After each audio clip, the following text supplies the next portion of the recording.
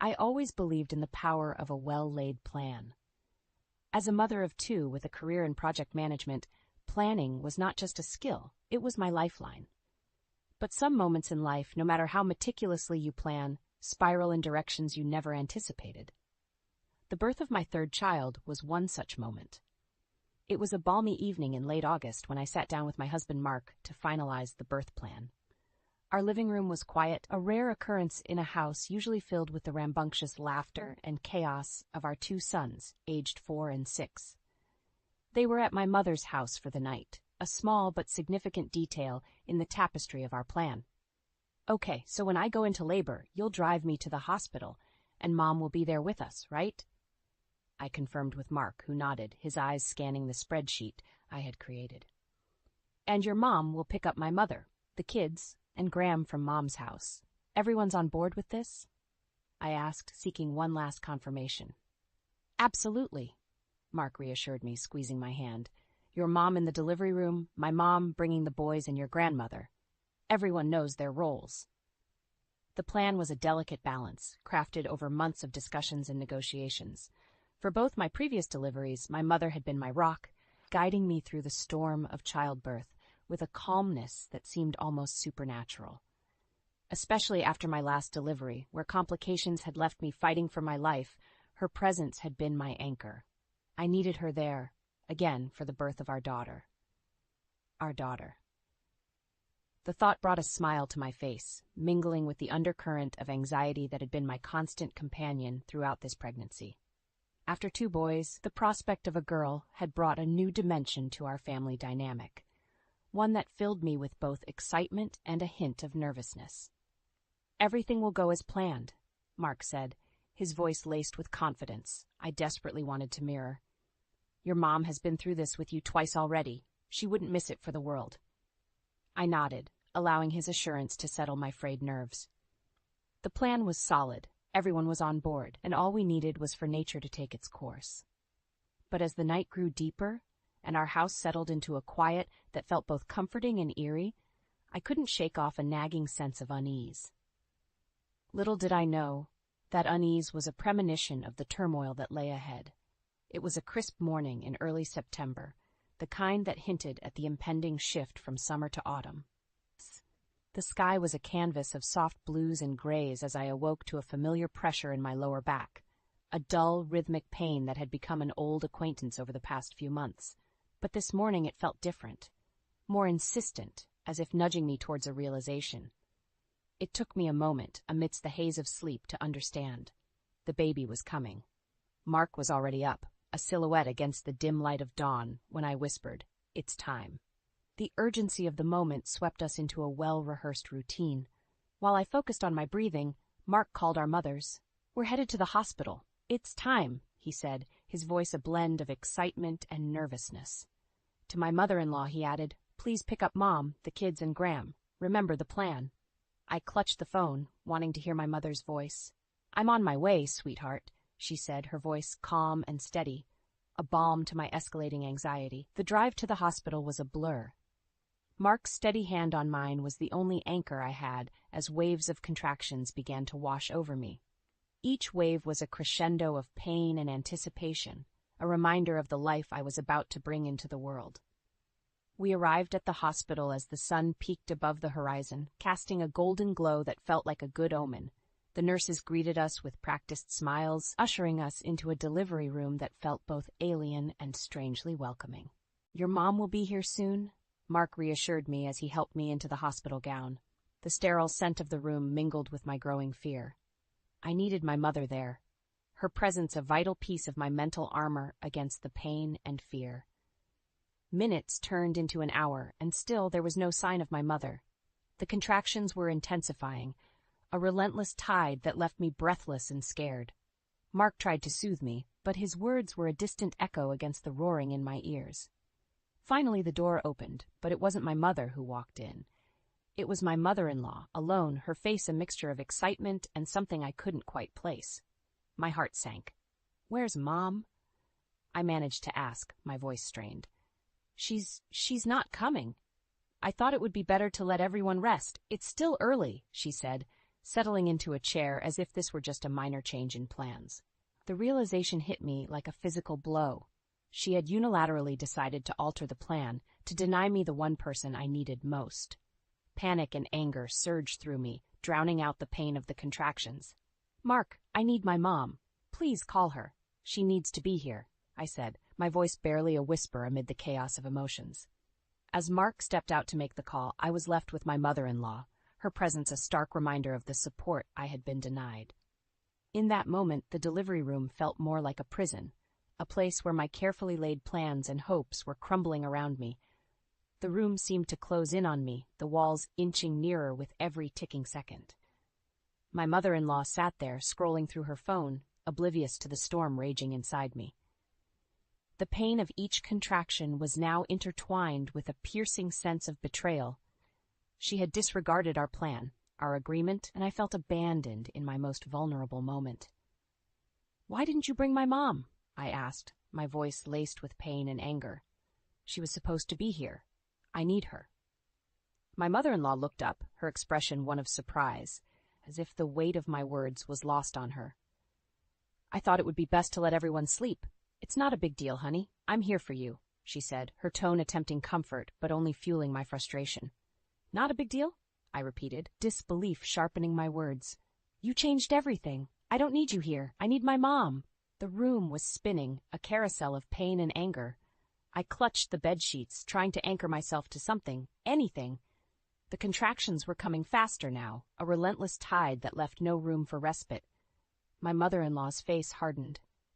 "Your mother had her chance with your other births. It's my turn now. I'm just trying to be fair." "Fair?" I gasped, the word a bitter laugh.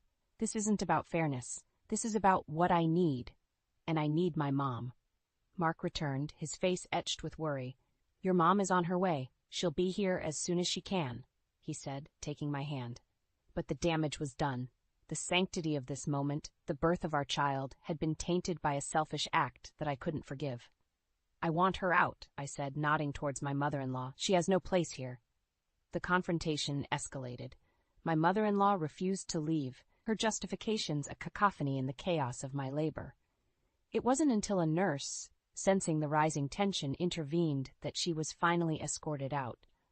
Alone with Mark, I tried to focus on the impending birth, but the seeds of resentment had been sown.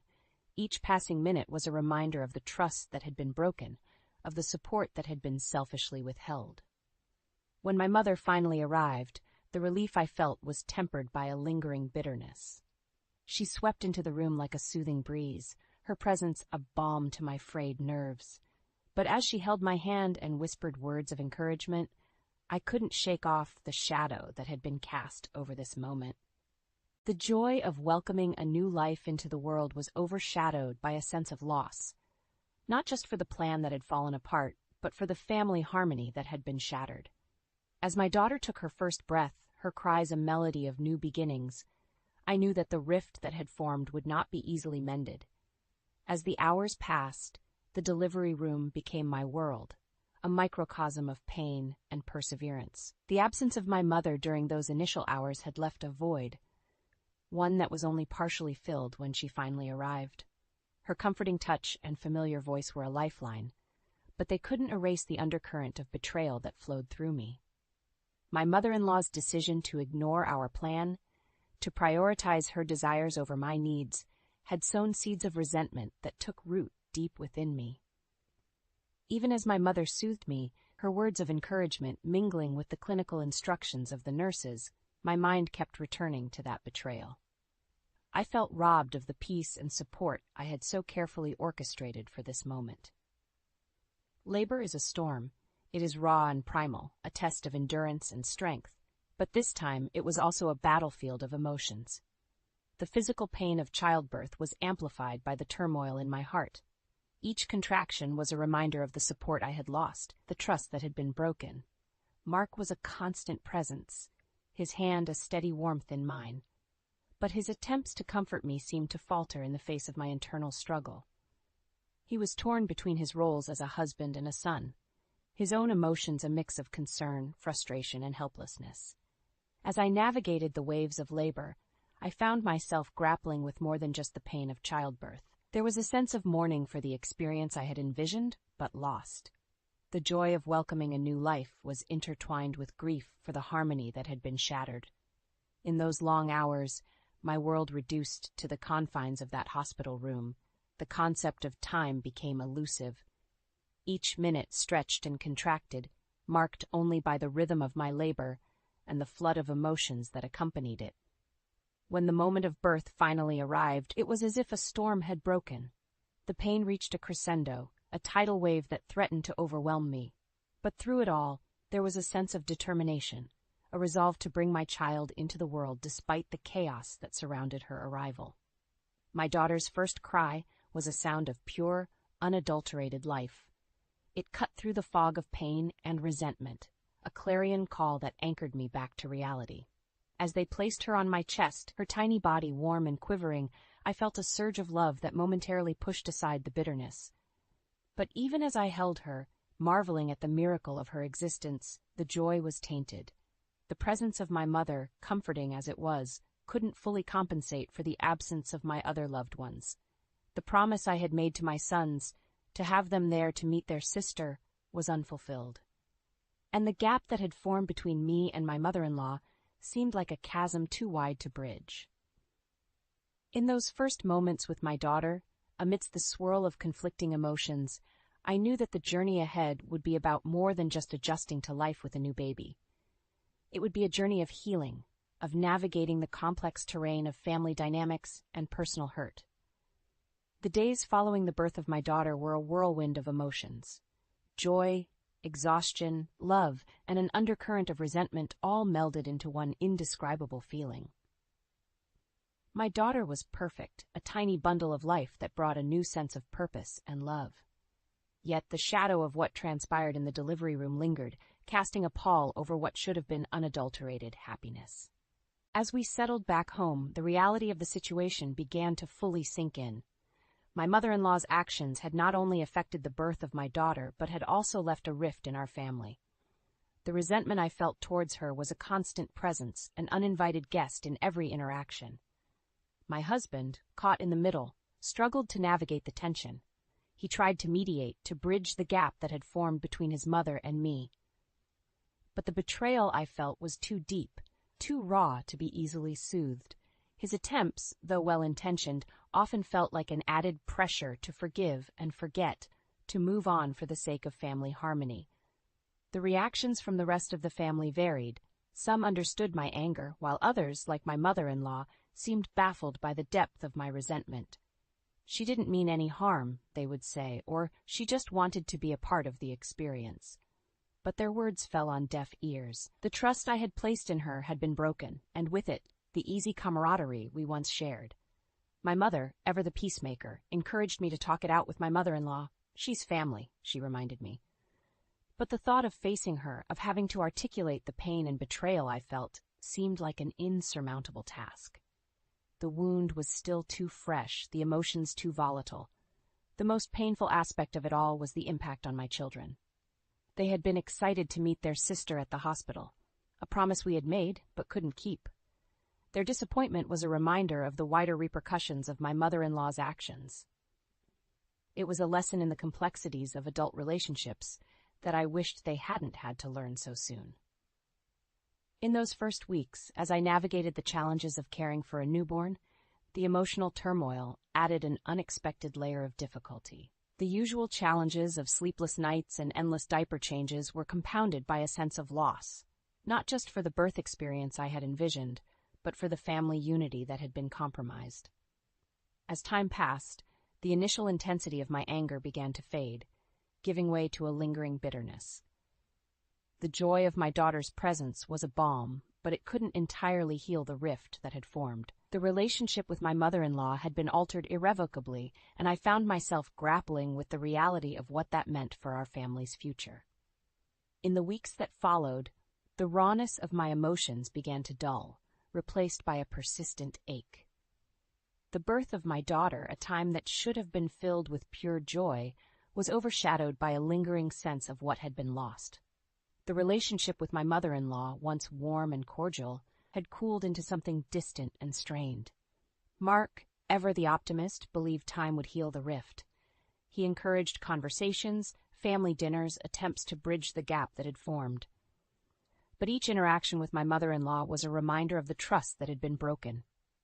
Her presence, once comforting, now served as a trigger for the hurt and anger that bubbled beneath the surface. My mother, a constant source of support, urged me to find a way to forgive. "Holding on to anger is like drinking poison and expecting the other person to die," she would say, quoting a phrase she had always believed in. But the path to forgiveness seemed obscured, hidden beneath layers of hurt and betrayal. The dynamics within our extended family had shifted. Family gatherings, once a source of happiness and unity, now felt like navigating a minefield. Conversations were cautious, laughter forced, as if everyone was acutely aware of the undercurrents of tension. As for my children, they adapted to their new sister with the uncomplicated love that only children possess. They were blissfully unaware of the complexities of the adult relationships around them. Their innocence was a reminder of what was at stake, of the family harmony that needed to be restored, not just for my sake, but for theirs as well. In an attempt to find closure, I eventually agreed to a sit-down with my mother-in-law. It was a difficult conversation, filled with unspoken emotions and carefully chosen words. She expressed her perspective, her desire to be a part of the birth, and her belief that she had been making the best decision at the moment. I listened, the words washing over me, but found it hard to fully accept her explanations. The decision she made had been about her needs, not mine, and the repercussions were something I was still grappling with. The conversation ended with a tentative truce, an agreement to try and move forward for the sake of the family. But the ease of our previous relationship was gone, replaced by a cautious civility. In the months that followed, I focused on my family, on the joy that my daughter brought into our lives. Mark and I navigated the complexities of parenthood and our extended family dynamics, finding a new normal in the altered landscape of our relationships. The path to forgiveness and healing was not a straight one. It was filled with setbacks and moments of doubt. But with each passing day, the bitterness began to recede, giving way to a cautious hope for reconciliation. I realized that forgiveness was not a single act, but a process. A journey that required patience, understanding, and the willingness to see beyond the hurt. It was about finding peace, not just for myself, but for my family. A peace that was necessary for us to move forward, to rebuild the bonds that had been strained but not completely broken.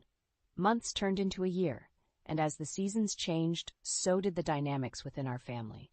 The birth of my daughter, an event that had been marred by betrayal and conflict, slowly receded into the background, becoming a part of our family history, but not defining it. My relationship with my mother-in-law, once a source of warmth and support, had changed fundamentally. We had reached a point of civility, a mutual understanding that was more about coexistence than the closeness we once shared. I had learned to accept her presence in family gatherings, to engage in polite conversation, but the trust that had been broken was not easily rebuilt. The process of healing had been slow, a journey of introspection and understanding. I had grappled with my anger, the sense of betrayal, and the need to protect myself and my children from further hurt. But I had also come to recognize the value of family, of the intricate web of relationships that, despite their flaws, formed the tapestry of our lives. Mark had been my rock throughout this journey, a source of unwavering support and love. His ability to navigate the tension between his wife and mother, to provide comfort and understanding to both, had been nothing short of remarkable. Together, we had found a way to move forward, to focus on the joy and love that bound our family together. The lessons I had learned were not just about forgiveness, but about the complexities of human relationships. I had come to understand that people, even those closest to us, can make choices that hurt us deeply. But holding on to anger and resentment only served to prolong the pain. Forgiveness, I realized, was not about condoning the actions of others, but about freeing myself from the hold of negative emotions. It was a gift I gave myself, a way to find peace and move forward.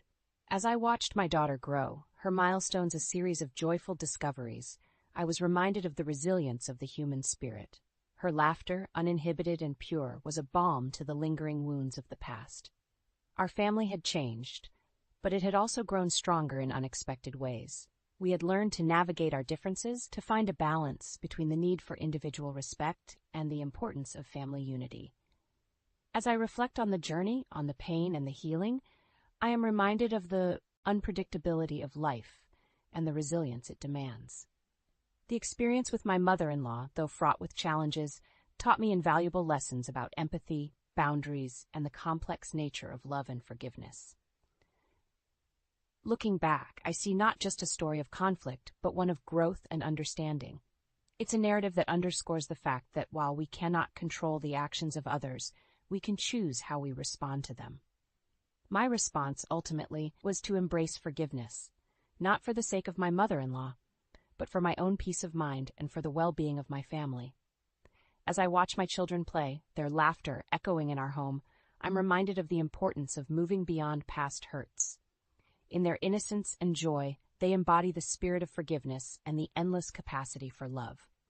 They are a constant reminder that despite life's trials, our capacity to love and to heal is boundless. This journey has also reinforced the importance of clear communication and setting boundaries.